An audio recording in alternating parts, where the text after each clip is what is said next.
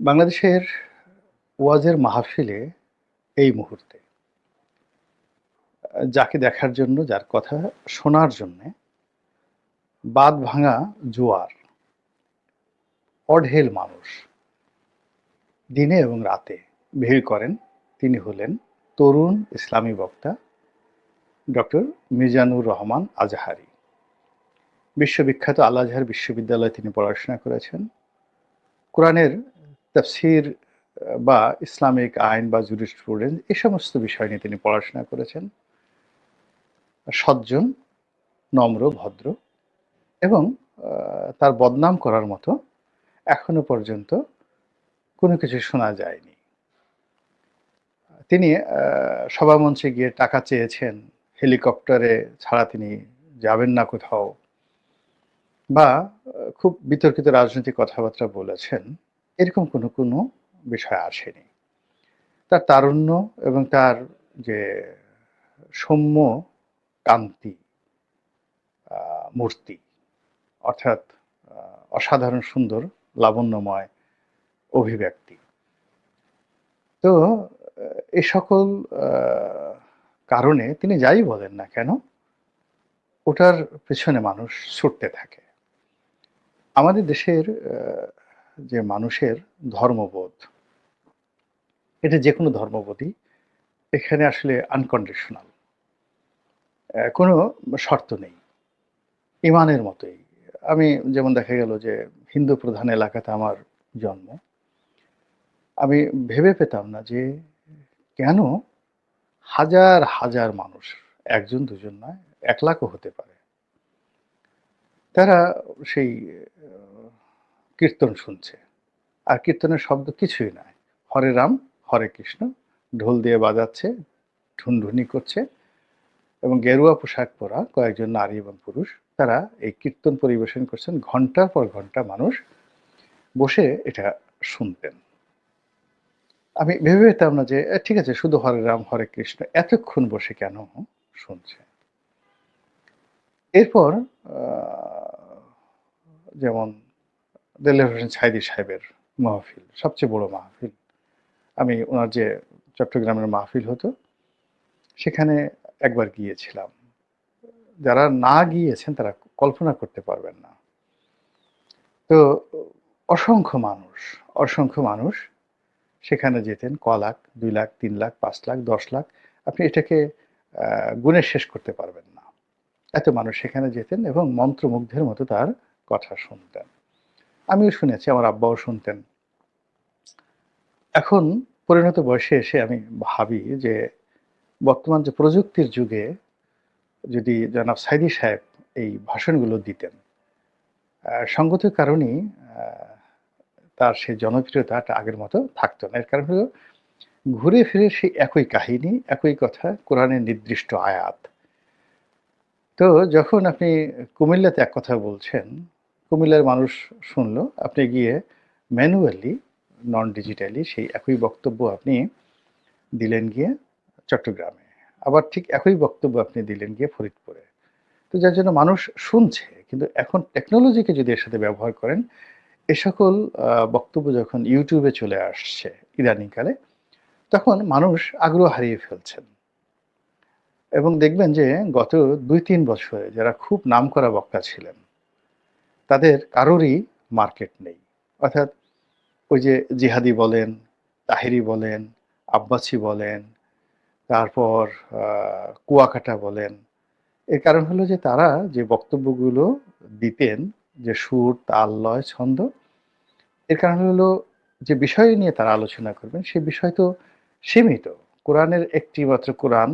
এখন আপনি সেটাকে যেভাবেই বলেন না কেন, আপনার হাদিসের ব্যাখ্যা যেভাবেই বলেন না কেন, ঘুরে, ঘুরে এই গত আমরা ৫০ বছর, ১০০ বছর ধরে বা ১০,০০০ বই যদি আপনি পড়েন, কিংবা আ সেই ১,০০০ বছরের পুরনো বই যদি আপনি দেখেন, তার সঙ্গে আজকের যুগে যে তাফসীরটা করল, খুব বেশি পার্থক্য নেই।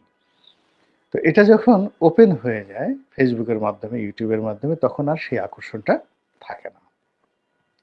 ফলে সাইদী সাহেবের যে আকর্ষণ ক্যাসেটের জমানাতে যেভাবে ছিল, কিংবা সিডির জমানাতে যেভাবে ছিল, কিন্তু এখন ইউটিউবের জমানাতে আপনি গিয়ে দেখেন যে তার সেই বক্তব্যগুলো এখন সেই আগের মতো মানুষ খাচ্ছে না। ফলে তিনি যদি উপস্থিত হতেন, তার মার্কেট সেভাবে থাকতো না। ঠিক একইভাবে আজহারীর সাহেবের যে অবস্থা, তিনি যেখানে যাচ্ছেন অসংখ্য লোক হচ্ছেন, এবং এর আগে আওয়ামী লীগ সরকারের শেষ জমানাতে যখন তিনি এরকম আসতেন এবং তার একেকটা ভিডিও সেই ১০ লাখ, ১৫ লাখ, ২০ লাখ মানুষ দেখতেন। এবং ওই যে ইউটিউব চ্যানেল তার এই ভিডিওগুলো প্রচার করত, তারা মাসে ২০-২৫ লাখ টাকা ওই আমলে আয় রোজগার করতেন। তখন আমি বলেছিলাম যে, এটা তিনি বেশিদিন করতে পারবেন না। তিনি সেটা বেশিদিন করতে পারেননি। সরকারের আ রোষানলে তিনি পড়েছিলেন এবং তিনি দেশ ত্যাগে বাধ্য হয়েছিলেন। যদি সরকার তাকে রেখেও দিত, তবুও আ তার যে বক্তব্য, এখন জনাব তারেক মনোয়ার সাহেবের মাহফিলে যেহেতু মানুষ হয়, আ আজহারী সাহেবের যে ময়দান, সেই ময়দানে তার চেয়ে বেশি হতো না। এটাই স্বাভাবিক। তো দীর্ঘদিন পর জনাব আজহারী সাহেব আবার আসছেন এবং ওই আগের মতো লোকজন হচ্ছে, এবং যেভাবে প্রচার প্রপাগান্ডা চলছে, তাতে করে কি হচ্ছে, তার এই যে জনপ্রিয়তা বা তার লোক সমাগম, এটি একেবারে জ্যামিতিক হারে কমতে থাকবে যদি এই অবস্থাতে বিনা বাধায় তাকে সব জায়গায় যেতে দেওয়া হয় এবং বক্তৃতা দিতে দেওয়া হয়। এগুলো মারাত্মকভাবে কমতে থাকবে। এই গেল এক। কিন্তু যে সমস্যাটা নিয়ে আমি বলতে চাচ্ছি, সেটি হলো জনাব আ দেলোয়ার হোসেন সাঈদীর যে পরিণতি। আমি মনে প্রাণে বিশ্বাস করি তিনি যুদ্ধাপরাধের সঙ্গে জড়িত ছিলেন না। তিনি ধর্ষণ করেননি। এমনকি জামাতের যে রাজনীতি, সেই তে তার যে অভিষেক, এটি ৭১ এর মুক্তিযুদ্ধের পরে হয়েছে, নট আগে। যেমন আমাদের এখন জামাতের যে শফিক সাহেব আছেন, তিনি সবাই জানেন যে জাসদ ছাত্রলীগ করতেন এবং অনেক পরে তিনি এসেছেন। ফলে ৭১ এর দায় তার নেই। কিন্তু জামাত যেটা করেছে সেটা হলো সাঈদী সাহেবের যে জনপ্রিয়তা, এটাকে পলিটিক্যালি তারা ব্যবহার করার চেষ্টা করেছেন, এবং সাঈদী সাহেব বুঝে হোক না বুঝে হোক, তিনি সেই জনপ্রিয়তার স্বাদ আহ্লাদ গ্রহণ করেছেন, এমপি হয়েছেন এবং দলকে রাষ্ট্র ক্ষমতায় নেয়ার জন্য তিনি প্রাণপণ করেছিলেন।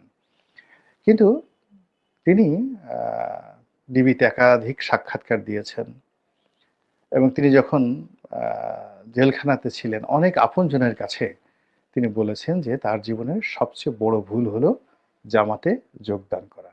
This is fact.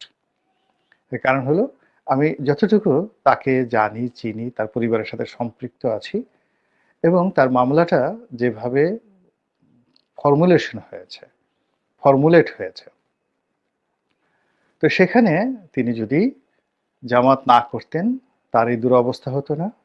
আবার তিনি যদি জামাত ত্যাগ করতেন, তারও আ এই দুরবস্থায় তাকে পড়তে হতো না। তো সাঈদী সাহেব যে পরিণতির মধ্যে পড়েছিলেন, তরুণ বা যুবক জনাব আজহারী, তিনিও সম্ভবত একই বিপদে পড়তে যাচ্ছেন। এর কারণ হলো, মানে মানুষ পেছনে বসে যখন আপনাকে স্লোগান দিবে, বহু মানুষ উপস্থিত হয়ে বলবে ঠিক, ঠিক, ঠিক। যখন তালি বাজাবে তখন মানুষের যে বিবেক বোধ, তার যে পঞ্চ ইন্দ্রিয়, সব এলোমেলো হয়ে যায়। একটা জাস্ট হালকা কথা বলি। শেখ হাসিনার যে মাননীয় সাবেক প্রধানমন্ত্রী, তার যে বিআই ইঞ্জিনিয়ার মোশাররফ সাহেব। তো উনার সঙ্গে আমার খুব ভালো সম্পর্ক ছিল। আ আমি সদরপুর চরভদ্রসনে এই আসনের এমপি প্রার্থী ছিলাম, আর উনি ফরিদপুর সদরের। তো ওখানে সাজেদা চৌধুরীর একটা গ্রুপ ছিল।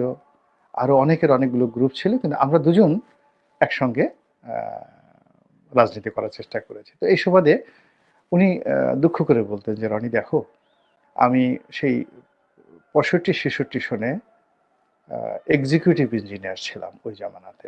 এবং তিনি খুব ফরিদপুরের খুব সম্ভ্রান্ত পরিবারের, ২ টো পরিবার। তার বাবা নুরু মিয়া ফরিদপুরে খুবই সম্ভ্রান্ত এবং নামকরা লোক ছিলেন, এবং আকমাল ইবনে ইউসুফ, কামাল ইবনে ইউসুফ, তাদের পরিবার, একই পরিবারের তারা লোকজন। তো ফরিদপুরের সত্যিকার অর্থে ব্লু ব্লাড বলতে এই পরিবারটা প্রধানতম। তো তিনি আমাকে বলছিলেন যে, "দেখো, সেই ৬৫-৬৬ সনে যখন আমি সরকারি চাকরি করতাম, আ এক্সিকিউটিভ ইঞ্জিনিয়ার রূপে, তারপরে জাতিসংঘে চাকরি করেছি, এবং উনি অনেক সার্টিফিকেট আমাকে দেখাতেন যে, একটা দেশের কান্ট্রি চিফ হিসেবে আফ্রিকার বহু দেশে তিনি দায়িত্ব পালন করেছেন। তো সেই তিনি যখন রাজনীতি করতে এলেন ফরিদপুরে, তখন একেবারে রাস্তার সাধারণ যারা আ আওয়ামী লীগ করে কিন্তু পেশায় নাপিত। আওয়ামী লীগ করে কিন্তু পেশায় ঝাড়ুদার। তো সেই সমস্ত লোকও তাকে বাপ মা তুলে গালাগালি করা শুরু করে দিল। তখন তিনি বললেন যে, "দেখো এই সমস্ত শুনলে একবার মনে হয় যে রাজনীতির কপালে লাথি মেরে চলে যাই।" তাই বললাম, "যান না কেন?" বলে, "যাই না এই কারণে যে পিছন থেকে যখন আবার শত, শত হাজার, হাজার মানুষ স্লোগান দেয় 'মোশাররফ ভাই জিন্দাবাদ' তখন আর মাথা ঠিক থাকে না।" তো এটা উনার মতো জ্ঞানী গুণী লোকের বক্তব্য। তো এই যদি হয় উনার অবস্থা, আজহারির অবস্থা কি? অর্থাৎ আপনার সামনে ২ লাখ লোক বসে আছে। সবাই আপনার কথা মতো আপনি বলছেন সুবহানাল্লাহ বলেন, তারা সবাই সুবহানাল্লাহ বলছে। মুহূর্তের ভিতরে আপনার মনে হবে যে ইউ আর এ সুপারম্যান। এবং সেই কাজটি হচ্ছে। এবং এখন এই যে জামাত যে কাজটি করছে আজাহারি সাহেবকে ব্যবহার করে তার যে জনপ্রিয়তাটাকে, ইসলামী জনপ্রিয়তাটাকে ব্যবহার করে তারা ভোটের রাজনীতিতে বা জামাতের রাজনীতিতে একটা সুবিধা নেয়ার চেষ্টা করছে, যেটি একেবারে ব্যাড ইনভেস্টমেন্ট। ১ পয়সার উপকার হবে না মধ্যেখানে এই তরুণ প্রভাবে মানে সম্ভাবনাময় তরুণের জীবন একেবারে তছনছ হয়ে যাবে। আমার বাড়ি একেবারে আটরশির পাশে। আটরশি পীর সাহেব যখন জীবিত ছিলেন, আ একেবারে সেই ৭০ এর পর থেকে উনার উত্থান দেখেছি। বাংলাদেশে যদি সবচেয়ে বড় কোনো দরবার থাকে, যেখানে সবচেয়ে বেশি লোকের সমাগম হয়, সেটি আটরশি। এখনো পর্যন্ত আটরশির পীর সাহেবের যে মাহফিল হয় বা বার্ষিক ওরস হয়, সেখানে যত লোক আসে অন্য কোনো লোক অন্য কোথাও যায় না। এরপরে ২য় যে অবস্থান, সে অবস্থানটা কিন্তু চরমোনাই পীর সাহেবের। তাদেরও যে মাহফিল হয়, আপনি সেখানে না গেলে বুঝতে পারবেন না। তো এখন দেখুন যে আটরশি হুজুর তিনি খুব কনফিডেন্ট হয়ে গেলেন যে সারা বাংলাদেশে তার ২ কোটি মুরিদ রয়েছে। তিনি একটা রাজনৈতিক দল করলেন হুজুর নিজে। কিন্তু আ একটা ইউনিয়নের চেয়ারম্যানও আটরশি মানে সদরপুর ইউনিয়নের চেয়ারম্যানও তিনি বানাতে পারেননি। তার শ্যালককে খুব কষ্ট করে একবার উপজেলা চেয়ারম্যান তিনি বানিয়েছিলেন, তাও এরশাদের আনুকূল্যে, এরশাদের জমানাতে।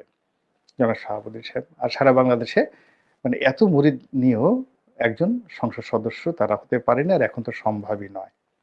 আবার চরমোনাইয়ের ক্ষেত্রেও কিন্তু একই প্রযোজ্য। তো কাজেই যারা আসে তারা ওয়াজ শুনতে আসে, দোয়া দরুদ আ পড়তে আসে এবং ওখানে যারাই আসে সবাই আসলে সমস্যা সংকুল। কারো ঘরে অশান্তি।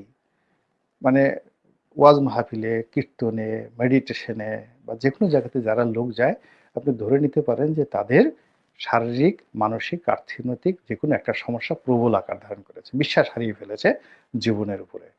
তো যে লোক নিজের প্রতি বিশ্বাস নাই, নিজে এসেছে একটা অলৌকিক কিছু পাওয়ার জন্য, অর্থাৎ সে পরিশ্রম করে কোনো কিছু পাচ্ছে না। আকাশ থেকে কোনো কিছু পাওয়া যায় কিনা, এই ফর্মুলা আজহারী সাহেব বলবেন কিনা, সাইদী সাহেব বলবেন কিনা, এরকম তথ্য জানার জন্য যে এসেছে সে আপনাকে কি করবে? কোনো উপকার করতে পারবে না। এই গেল ১। ২ নম্বর হলো যে আমি আমার ক্ষুদ্র অভিজ্ঞতায় দেখেছি, দেখুন আমার বাড়ির পাশে চন্দ্রপাড়া, খুব বড় পীর সাহেব। তারপরে আট্রসি। আমার যে দাদির ভাই ও ও ইনি ছিলেন চরমুকিন্দের পীর সাহেব এবং ওই পীর সাহেব ফরিদপুরের মধ্যে সবচেয়ে পুরনো পীর। আমাদের ওই বাড়িতে প্রায় ২০০ বছরের পুরনো ট্র্যাডিশন রয়েছে। তো আমাদের ওই অঞ্চলগুলোতে হাজী শরীয়তুল্লাহর পাশে আ রয়েছে আপনার শিবচরে হাজী শরীয়তুল্লাহর বংশধররা। তো এই যে পীর মাশায়েখদের যে কর্মকাণ্ড, তাদের মাজার কেন্দ্রিক, পীর কেন্দ্রিক যে কর্মকাণ্ড, এই জিনিসগুলো খুব ঘনিষ্ঠভাবে আমার দেখার সুযোগ হয়েছে। মানে এখানে পীরের কাছে যান, তাদের কর্ম করার জন্য, ভালো লাগার জন্য। কিন্তু ভোট পীরের কথা মতো তারা কেউ ভোট দেন না। কেউ ভোট দেন না। ভোট দেন তাদের রাজনৈতিক বিশ্বাস অনুযায়ী। ফলে জামাতকে ওয়াজির মাহফিল ব্যবহার করে, অর্থাৎ এখানে তারেক মনোয়ার সাহেব বলে দিবেন কিংবা জামাতের অন্য যে সকল জনপ্রিয় বক্তা রয়েছেন তারা বলে দিবেন, আজহারী সাহেব বলে দিবেন। আর সবাই জামাতে ভোট দিবে। একটা সিঙ্গেল ভোট, এমনকি বাচ্চা ছেলের ভোটও তারা পাবেন না। কিন্তু মধ্যে থেকে কি হচ্ছে? এরকম একজন সম্ভাবনা ইসলামিক স্কলার তার মধ্যে যে আ পলিটিক্স ঢুকে যাচ্ছে, সেই পলিটিক্স ঢোকার ফলে তিনি আগামী দিনে তার যত সম্ভাবনা আছে সেই সম্ভাবনা সাঈদী সাহেবের মতোই শেষ হয়ে যাবে।